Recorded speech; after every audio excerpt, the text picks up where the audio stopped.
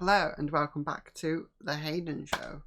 We're on episode 3 now of the Prehistoric Park reviews. Yep. Yes, what's it called again? Dino Birds. That one. Yes. What about the they call them Microraptors? Microraptors, yep. I believe they look like Archaeopteryx, but I don't think they are. No, I don't. I just go with what they tell us in the show. Basically like flying squirrels, but raptors. Yeah, and we get to see other like new Titanosaur. Titanosaur, the big buck teeth one, Incisorosaur, something like that. Yeah, and then whatever the fucking predator ones are called that you don't even get a name for. I think we do, but I think we take like a quick glance over them. Yeah. When they were dead when they described them, basically. Yeah, they're dead. They stole this curly whirly and they got what was coming from. Death. Yeah, and then the biggest killer of them all, the volcano. Yeah. With its natural gases. Reminds me of someone else. Yeah, you. Oh yeah, so we get to see more again, new setting. It's focusing on China, yeah, ancient China. We focus on the fact that, like, obviously we know dinosaurs, like, through evolution, turn into birds. The birds are dinosaurs are the ancestors of birds, so we're looking at the more bird-like dinosaurs. Yes. Plus Titanosaur. And a big fucking fuck off to Titanosaur. Yeah. Because, you know, why not? Yeah, We've got Nigel and his massive crew going to ancient China while Bob's dealing with the T-Rex that are trying to kill each other. Yeah. Pregnant orphan mimas. Pregnant orphan mimas. Obviously Suzanne's dealing with the haircutting of the woolly mammoth. Drama. Yep. But it's another different one. Because unlike the others, this one is heavily just focused on one species. Yeah. We want Microraptors, that's it. The other species that get the Titanosaur is just luck. Yeah, because there's a way to save them from the fucking volcano. Yeah, just get them to follow you through into the portal. The incisor ones can fuck off, but it's literally just fully focused heavily on we just want this one species. Whereas the last two times, they've been focused. Oh yeah, we're gonna get this, but they also go, oh shit, we get this because we'll have this one as well. But whereas this the Titanosaur, it's just blind luck of volcanoes erupting. Oh, they're coming our way anyway. Fucking put the portal up, we can take them through. And then you got Bob on the other end, playing his camera out, and then look, it's like, oh yeah, Nigel, you got the Microraptors, did you? Come on, Nigel. What the fucking put those, you daft twat. Bob is trapped the MVP of this show. I know it is. It's at the moment when he's trying to figure out, how do we capture Microraptors? Oh, I've got a massive net cannon like I have in Raft. And he's like, let's test it. Boom. Bob there. What the fuck? Daft twat. Nigel. Skinner. Nigel. There's a lot of really funny moments in this. It's a lot more down to earth. Yeah. I mean, that moment at the end when the Titanosaurs are coming through, they're smashing through the fucking the fence, and it's that one guy in the background telling me, oh shit, and just fucking run off in the corner. And you got Nigel just like, Nigel, you're Bob going, is that you, Nigel?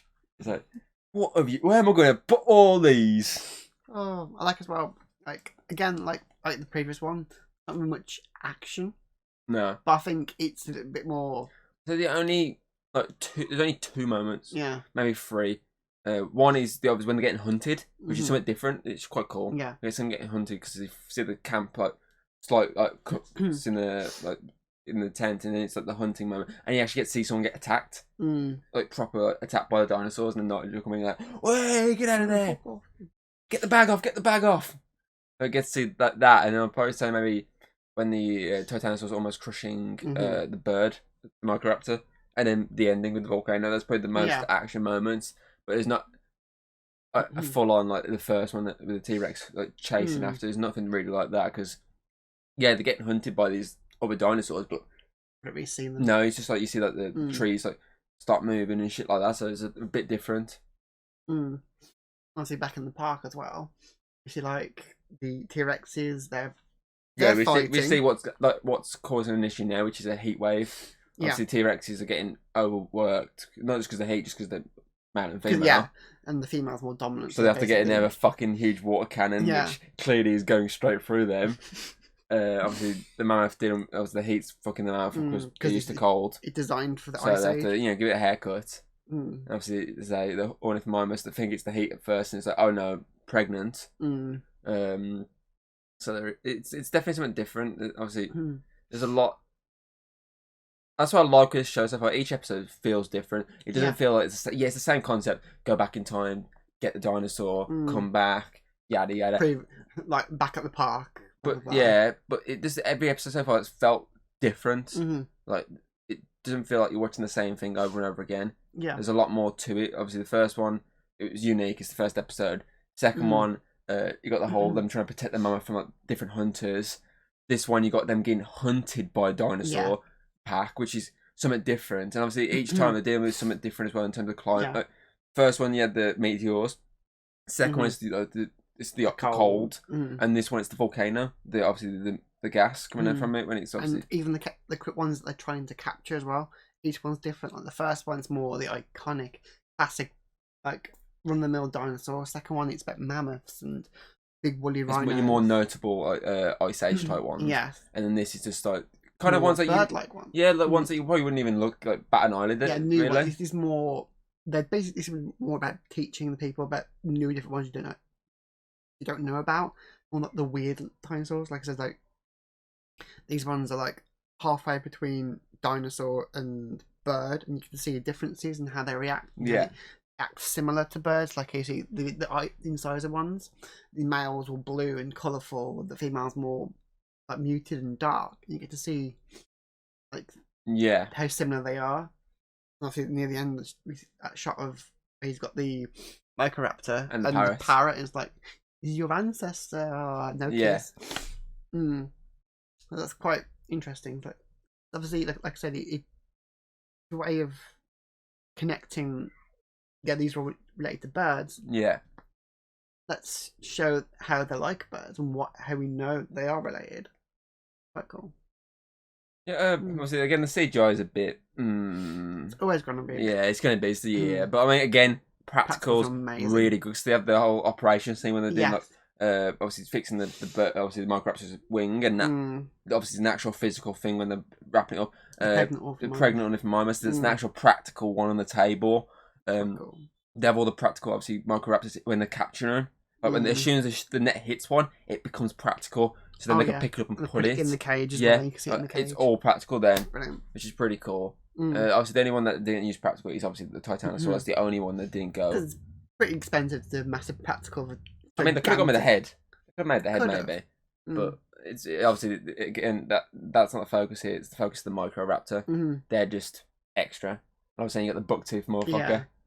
This massive fucking tooth, fucking Napoleon Dynamite of dinosaurs.